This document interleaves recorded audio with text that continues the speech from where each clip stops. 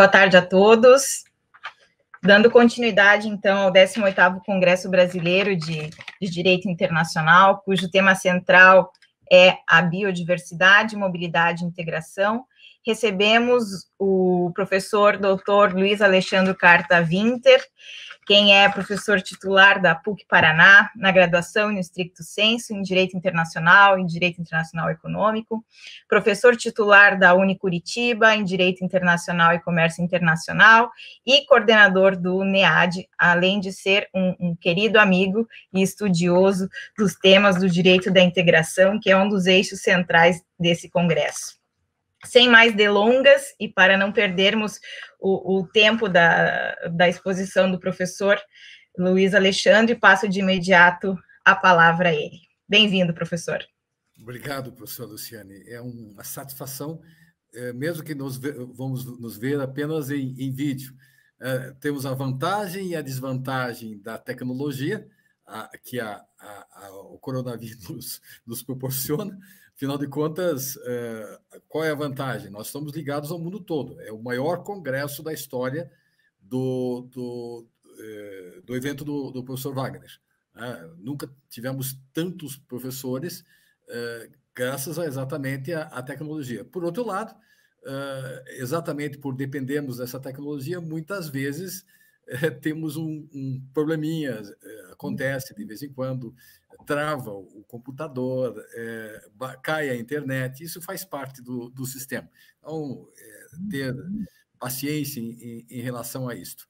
Mas o tema que eu quero provocar, e é exatamente interessante, eu estava ouvindo os dois últimos palestrantes, os dois temas são muito interessantes, mas eu também tenho um foco voltado a um tema nosso, que é o Mercosul, o multilateralismo e esta questão que nós vivenciamos aí na modernidade.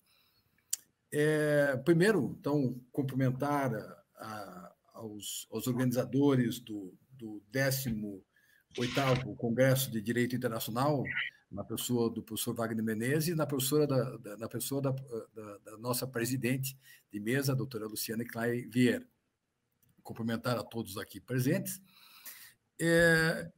Antes, alguns aspectos, de maneira rápida, eu vou trabalhar de maneira bem rápida nesses tópicos. Eu não vou discutir a soberania, eu vou discutir o comércio. Mas, porque se nós discutirmos soberania, nós vamos ter um problema muito sério. Nós vamos discutir apenas um viés comercial. E nesse viés comercial, o multilateralismo ele vai dar, às vezes, primeiro, pela Inglaterra no século XIX.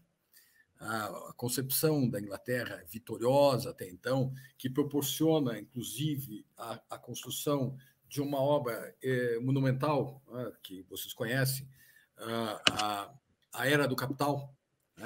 A Era do Capital, 1848, 1875, ela vai exatamente colocar um primeiro mote na questão do comércio internacional dentro de uma lógica inglesa de comércio. Não estou falando anglo-saxã, mas esta visão ela vai se manter. A doutrina de Adam Smith, na questão do liberalismo, vai ser uma das questões realmente fortes, e a Inglaterra se torna a principal potência na época, só que ela vai receber, a partir de 1871, mas consolidada realmente a partir de 1875, uma concorrência dentro das regras do comércio internacional da Alemanha, do Império Alemão, que chega atrasado. Há uma unificação, a unificação alemã em 1871, ela é consideravelmente atrasada em relação aos estados já formados, mas ela entra dentro das regras do comércio internacional, disputando ponto a ponto com a visão inglesa. E com uma vantagem. a reserva de carvão alemã é bem superior à inglesa e os pontos de contatos alemães são bem superiores aos ingleses, possibilitando já pouco tempo a que a produção alemã superasse a produção inglesa. E aí muda o contorno, porque você tem alguém que está desafiando você dentro de um contexto, dentro do seu próprio contexto, dentro das suas próprias regras. Então mudamos a ótica. Em vez de falar da era do capital, nós passamos à era dos impérios. Passamos à era dos impérios. Então, a questão ganha uma dimensão diferente. Vem a Primeira Guerra Mundial, destrói o modelo dessa primeira tentativa de comércio multilateral, dentro da lógica naturalmente inglesa, e o grande motor, quando temos ao final da Primeira Guerra Mundial, passa ao deslocamento para o outro lado do oceano, passa a ser os Estados Unidos. Claro que os Estados Unidos vão se isolar inicialmente, eles vão dar as caras o Woodrow Wilson os 14 pontos, mas os próprios Estados Unidos eles não participam da Liga das Nações. O evento é conhecido por todos. Nós vamos ter aí a eclosão da Segunda Guerra Mundial, muitos colocam como a continuação da Primeira, não nos interessa aqui discutir esse fato, mas o grande balanço é que, a partir de 1944, em Bretton Woods, começa a haver uma discussão do mundo pós-Segunda Guerra Mundial. E aí começa a haver, o mundo passa a ser um mundo bipolar. De um lado, uma economia planificada, representada pela União Soviética, e do outro lado, uma economia que pretensamente vai ser liberal, liderada pelos Estados Unidos. Mas aí está um aspecto importante. A concepção americana de comércio, ela vai ter um parâmetro nitidamente egóico, nitidamente egóico. Os Estados Unidos vão pensar como líderes do mundo livre e vão apresentar a sua concepção de comércio para o mundo, dentro de uma lógica ligada à questão de custo. Ligada à questão de custo? Sim. A lógica americana, o Estado americano, ele tem a função, principalmente, de incentivar a concorrência. A poupança americana, diferente da nossa poupança, a poupança americana é, basicamente, os dividendos gerados pelas ações. As ações têm que dar lucro. Então, a concorrência é feroz. Como é que eu vou diminuir a questão do custo de produção? Como é que eu vou aumentar o meu lucro? Bom, na questão do preço, nós vamos ter aí o componente de vários custos. Dentro dos custos, vamos ter ali os tributos, os encargos sociais, a questão ligada à matéria-prima, ao reinvestimento, a transporte, dentre outros fatores. Isso é um fato importante. E como é que os americanos vão trabalhar com essa questão dentro do mercado interno? Porque esse é um aspecto interessante. Quando em 1948 nós temos, e foi falado muito aqui de direitos humanos, nós temos a Declaração Universal dos Direitos Humanos, baseado no discurso das 4 liberdades de Roosevelt, os Estados Unidos, já no governo de Eisenhower, ele vai mudar o foco. Não é mais as 4 liberdades, não é mais separar a questão do capitalismo e democracia, como acontecia com a questão das 4 liberdades, e sim evitar que novos estados sucumbissem a regimes marxistas. Não é à toa que o pânico causado a partir de 1949, quando a União Soviética explode sua primeira bomba atômica, que há uma investigação interna nos Estados Unidos violenta, e que aponta para um casal, o casal Rosenberg, que teria mandado os segredos para a União Soviética. E aí nós vamos ter um processo curioso dos Estados Unidos, em que ele vai incrementar, não importa se você é uma ditadura, desde que você seja anticomunista. Então, ele vai financiar governos, às vezes, não capitalistas, não democráticos, mas defensores do capitalismo. Isso vai ser uma tônica interessante. Ao mesmo tempo, as empresas americanas elas têm que conseguir ampliar o seu lucro. Os Estados Unidos, como líderes do Ocidente, líderes do Ocidente, eles vão tratar esse assunto através de Bretton Woods, e aqui eu vou falar bem rapidamente, dentro de 3 patamares, uma da questão da política macroeconômica, né, no que concerne ao FMI, o outro na questão da infraestrutura do Banco Mundial e a tentativa da criação da Organização Internacional do Comércio, que não dá certo por causa de políticas internas americanas, que aqui não vamos trabalhar tão profundamente sobre isso, mas que acaba redundando no papel que eles fizeram começo dos anos 40, 44, até 1948, na Carta de Havana, eles conseguiram, por negociação, diminuir 45 mil produtos. Né? Conseguiram a isenção. Então, o feito notável em todo o mundo. E os 23 países que fazem parte do acordo de Bretton Woods, eles acabam redundando na parte ligada ao que nós chamamos de GATT 47. O GATT 47 vai estar baseado em 2 princípios. O princípio da nação mais favorecida e o princípio do tratamento nacional. Só que nós temos que entender esse contexto não na questão da política interna dos Estados, mas na política norte-americana.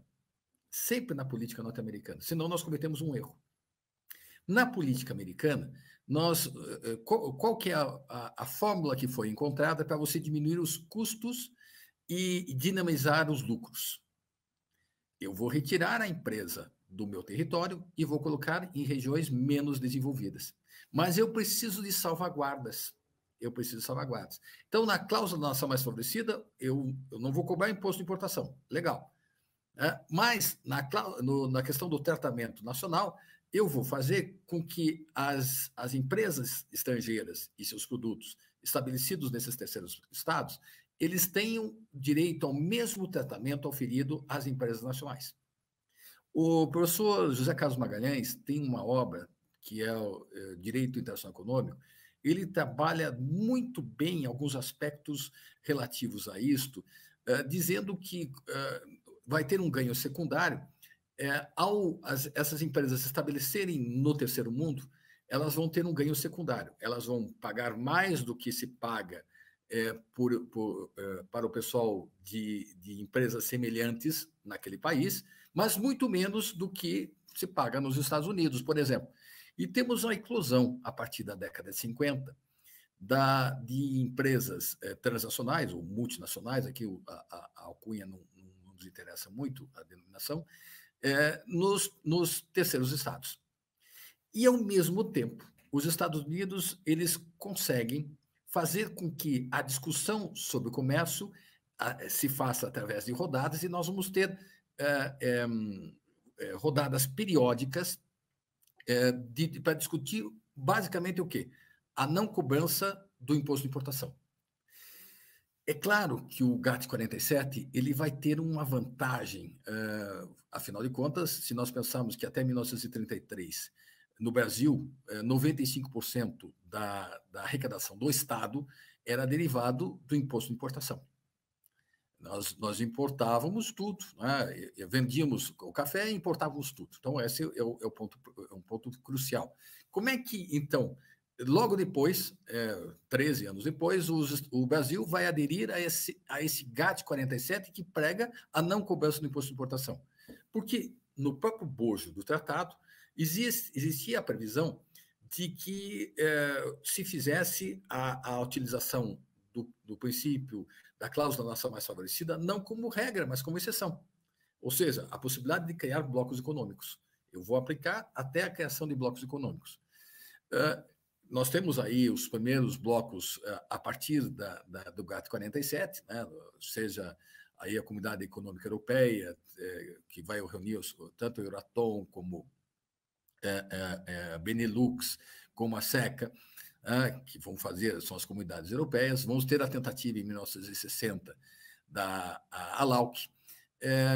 Mas o fato é que a discussão ia muito lentamente, muito lentamente. As rodadas, elas passavam a discutir basicamente a questão de tarifas, até a rodada Kennedy. Na rodada Kennedy, o Japão ele acaba adotando a mesma sistemática dos Estados Unidos, e com a vantagem de diminuição de custos, de questão de trabalho. Então, a partir da rodada Kennedy, começa a haver uma discussão paralela a isto, que é a parte relativa a medidas antidumping, as medidas antidumping. Mas os Estados Unidos estavam em uma posição complicada. Nós vamos ter a independência dos países africanos e muitos países asiáticos que, para se contrapor ao colonizador, vão seguir uma linha mais socialista, embora tenha aí uma terceira linha dos não alinhados, que também são significativas. Então, os países do Ocidente, eles começam, liderados pelos Estados Unidos, começam a ter um problema. Várias regiões que antigamente eram colônias desses países, eles adquirem independência e vão se voltar muito mais para serão simpáticos ao modelo da União Soviética, sem aliar-se propriamente à União Soviética, sem adotar o sistema soviético, mas muito simpáticos a eles. Ademais, a União Soviética começa a criar alguns problemas. Em 1957, nós temos a explosão, temos o Sputnik. Em 1961, nós temos o Sputnik da União Soviética. Em 1961, temos aí a presença do primeiro homem a passear no espaço, o primeiro homem a ser lançado no espaço, o Yuri Gagarin. Opa! Então, os americanos, que já tinham um problema em combater o comunismo em todo o mundo, vão ter que gastar mais em relação ao mercado, digamos assim, até o discurso de Kennedy vai ser muito significativo. Ele vai dizer, até o final dos anos 60, nós vamos colocar um homem à Lua, então abre-se o gasto para a exploração do espaço, e ele está com problemas internos. Os Estados Unidos passam a ter problemas internos, a questão dos direitos civis, durante o governo Lyndon Johnson, que vai se exacerbar-se, e mais o conflito do Vietnã, que vai ser uma sangria para os Estados Unidos. Tanto é que no final dos anos 60, os Estados Unidos estão com muitas dificuldades. Eles conseguem pôr o homem à Lua, sim, sem dúvida. Mas eles vão dar um golpe no mundo, abandonando definitivamente o padrão ouro e adotando uma fórmula que o mundo ficou meio estarrecido. O valor, a moeda, vai ser em referência à riqueza da nação, que é uma coisa muito subjetiva. Antes você tinha um valor, que é a questão do ouro. Pois temos aí a rodada de Tóquio, em que os Estados Unidos literalmente estão com grandes dificuldades, e a ascensão de Tóquio e o Japão parecia uma coisa inevitável. Temos a guerra de 1973, em que, pela primeira vez, os Estados Unidos apoiaram um lado, a guerra do Yom Kippur, e a penalização disso vai ser o preço do petróleo. Então, realmente, o mundo americano estava complicado. Isso vai modificar-se na época do governo Reagan. O governo Reagan ele vai adotar uma política arriscada, e esse dinheiro que estava sobrando no mundo começa a ser investido nos Estados Unidos. Dinheiro que estava sobrando do petróleo, que eles não aplicavam no seu próprio território, e, afinal de contas, não queriam perder a sua posição, os sheiks árabes, então começam a investir nos Estados Unidos. Isso vai fazer com que haja quebra. Os Estados Unidos vai dobrar o PIB no espaço de 8 anos e aumentar o gasto com a defesa. Isso vai quebrar a União Soviética. Quando quebra a União Soviética, nós temos aí um outro momento. O mundo passa a ser capitalista. Quebrou a União Soviética e vão surgir, a partir da década de 1991, novos blocos econômicos, dentre eles o Mercosul. E qual que é o papel do Mercosul nesse contexto? O Mercosul surge dentro de uma prática comercial americana, com um papel muito importante. O Estado não consegue competir com a iniciativa privada. Ele não tem condições de competir com a iniciativa privada. Então, o que ele vai fazer? Ou vai se unir ou vai desaparecer. Então, a necessidade também de proteger as suas indústrias nacionais e de fazer frente a essa nova posição no mundo, já que todos eram capitalistas, isso faz com que haja uma criação de um grande número de blocos econômicos. Mas todos os países do mundo pertencem a um ou outro bloco econômico. Até a Coreia do Norte tem um acordo de livre comércio com a China. Então, todos eles fazem parte de blocos econômicos, passa a ser uma necessidade. Mas aí a questão para o futuro. Lembra-se, no começo da minha fala, eu falei da Alemanha. A Alemanha começa a competir com a Inglaterra e cria um problema muito sério. A Inglaterra, eu não brinco mais desse jeito. Um dos pontos que eclodiu a Primeira Guerra Mundial foi a construção da ferrovia entre Bagdá e Berlim. Entre Bagdá e Berlim, porque isso afetar exatamente os interesses ingleses. Agora, nós também estamos assistindo esse mesmo evento, um pouquinho mais complexo, que o Japão não teve capacidade de comparar-se com a economia americana. A Coreia do Sul também não, mas agora é a China. A China, sim, ela começa a criar uma competição séria dentro dos cânones capitalistas. Ela é um capitalismo de Estado, mas dentro desses cânones capitalistas começa a competir de igual para igual com os Estados Unidos. A reação americana vai ser a mesma, semelhante à inglesa. Claro que hoje temos as bombas atômicas, não vai quer dizer que tenha exatamente uma guerra, mas a reação é dura. E aí, como é que nós ficamos, que surgimos dentro dessa situação comercial? O Mercosul surge dentro dessa situação comercial. Assinamos, no ano passado, um acordo de livre comércio com a União Europeia. E como é que fica a questão do Mercosul? E aí que está o grande aspecto. Ou nós nos convencemos que é preciso realmente nos aliar e superar as dificuldades que nós temos em plano interno, ou nós estaremos condenados a ficar num segundo plano, sempre, eternamente no segundo plano, como veja bem, o Mercosul é dos dois únicos blocos econômicos que têm personalidade jurídica de direito internacional. Os dois únicos. Só tem a União Europeia e o Mercosul. Mas nós não atuamos como bloco, nós atuamos como país. Esse é o grande problema. Isso enfraquece a nossa posição. Esse é um discurso, quando nós nos colocamos aliados dos Estados Unidos, aliados e tal coisa, isso enfraquece a nossa posição. Nós temos que fortalecer a nossa posição como bloco e agir como bloco. Senão, na própria questão desse acordo com a União Europeia, nós estamos fadados a perder sempre, porque não vai ser União Europeia versus Mercosul. Vai ser União Europeia versus Argentina, União Europeia versus Brasil, União Europeia Paraguai, União Europeia Uruguai. Ou nós afinamos esse discurso e nos tornamos fortes, ou nós vamos perder espaço, mais uma vez. O que eu queria falar, falei muito rapidamente, mas é exatamente isto. A conscientização do nosso papel como bloco econômico. Eu deixo aí a questão de perguntas, dúvidas, angústias, por favor. Obrigado, professor.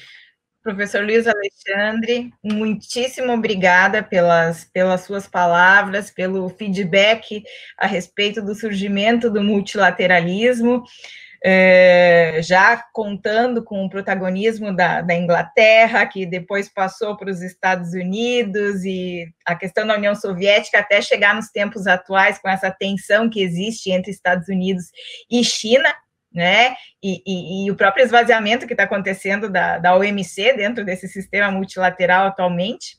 Nós temos algumas perguntas aqui. Eu também teria algumas perguntas, mas eu vou respeitar as perguntas dos ouvintes, né? E agradeço a presença de todos. A primeira é do João Vitor Soares, Ele está perguntando se existe a possibilidade de revisão da rodada Doha. Essa é a grande questão. Para alguns, a rodada Doha já está morta.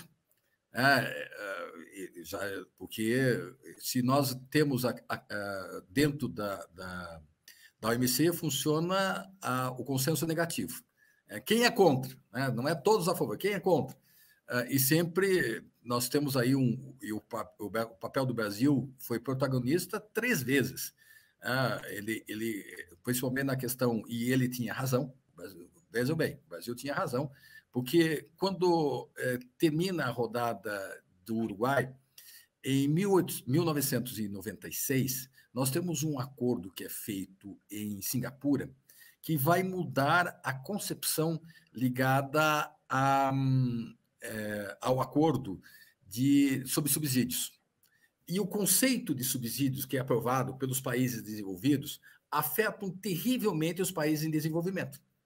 Por quê? Porque quando você tem o subsídio permitido, ele é geral, então, portanto, é irrecorrível.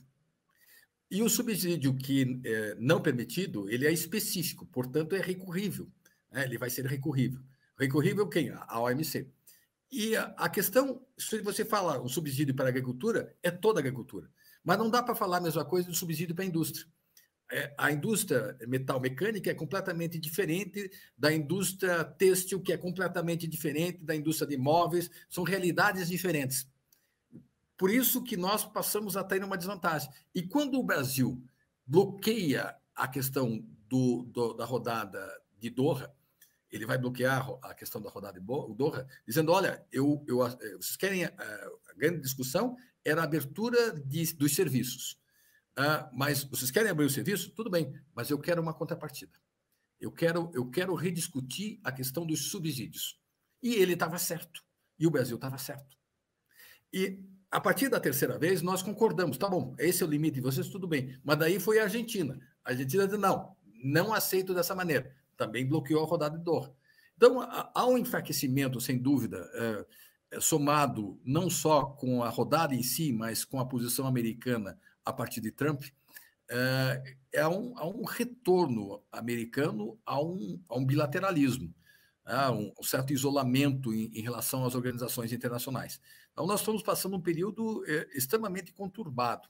Então, respondendo a sua questão, com várias interrogações, realmente não posso lhe garantir se essa questão acaba ou não. Professor, vou juntar mais 2 questões que surgiram aqui, em virtude dessa sua contextualização da inserção do Mercosul dentro do sistema multilateral.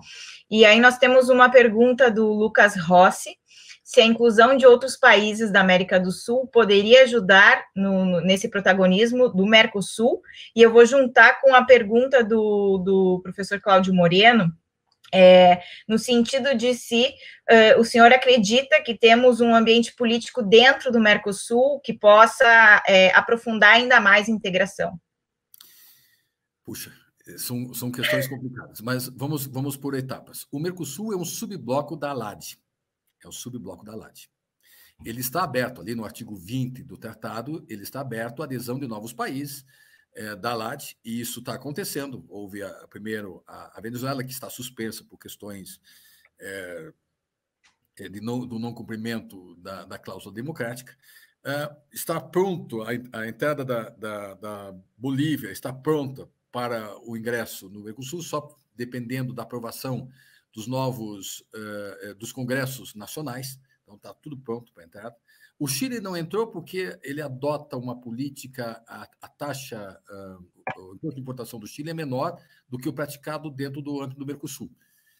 Mas não impede que nós tenhamos um acordo de preferência tarifária com o Chile, como, por exemplo, nós temos a questão dos vinhos, a gente sente bem esse aspecto.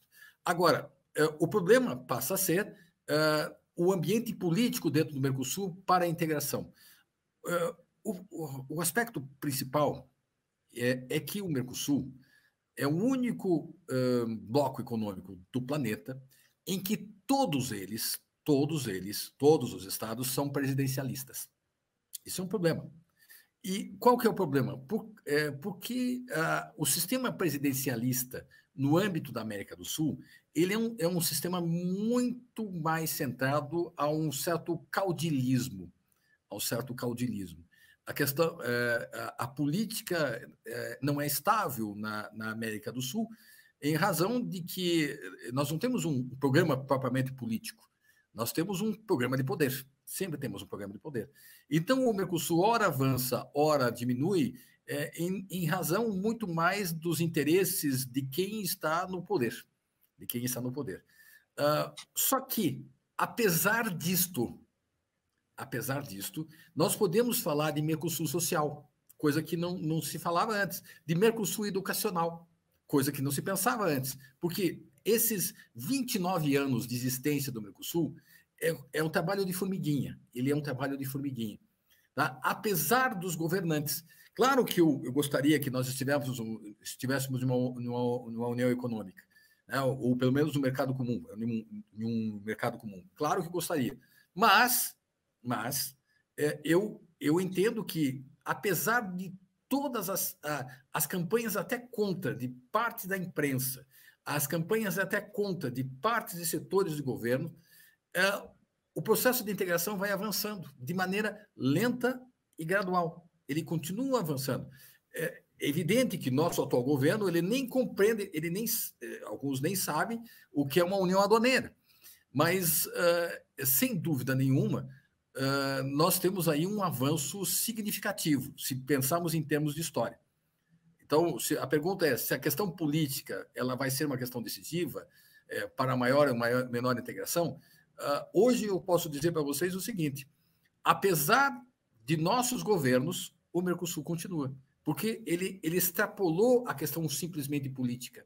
Ele vai na questão social, ele vai na questão educacional, essas experiências que são feitas. Eu fui muitos anos avaliador pelo INEP, avaliava universidades, faculdades de Direito. E dentro a partir de 2004, aquela ideia do chamado currículo mínimo. O currículo mínimo foi aprovado, todos os cursos têm o currículo mínimo, ele foi aprovado pensando num futuro mercado comum. É uma questão de harmonização das legislações. Quando nós aumentamos o ensino fundamental de 8 para 9 anos, nós o fizemos porque os outros países do Mercosul, o ensino fundamental é de 9 anos.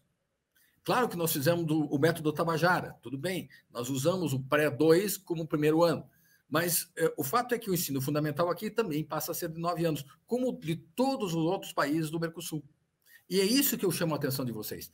Apesar dos pesares, apesar dos nossos governantes, o processo vai avançando. Professora? Professor Luiz Alexandre, infelizmente nós não temos mais tempo, ultrapassamos a nossa meia hora de painel e temos perguntas aqui ainda de outros participantes, do professor Gustavo Vieira, do Iago, que infelizmente nós vamos ter que deixar para uma outra oportunidade, ou elas podem ser resolvidas ali pelo chat. Foi um prazer poder dividir com você esses pequenos minutos de debate em torno desses grandes temas, multilateralismo e inserção do Mercosul nesse cenário. Espero que possamos continuar esse debate em outros foros. Com certeza, professora. Muito obrigada pela sua participação. Em nome do nosso organizador do evento, professor Wagner Menezes, saúdo a todos que nos acompanharam e convido para acompanharem o próximo painel na sequência. Muito obrigada e boa tarde. Um abraço. Obrigado.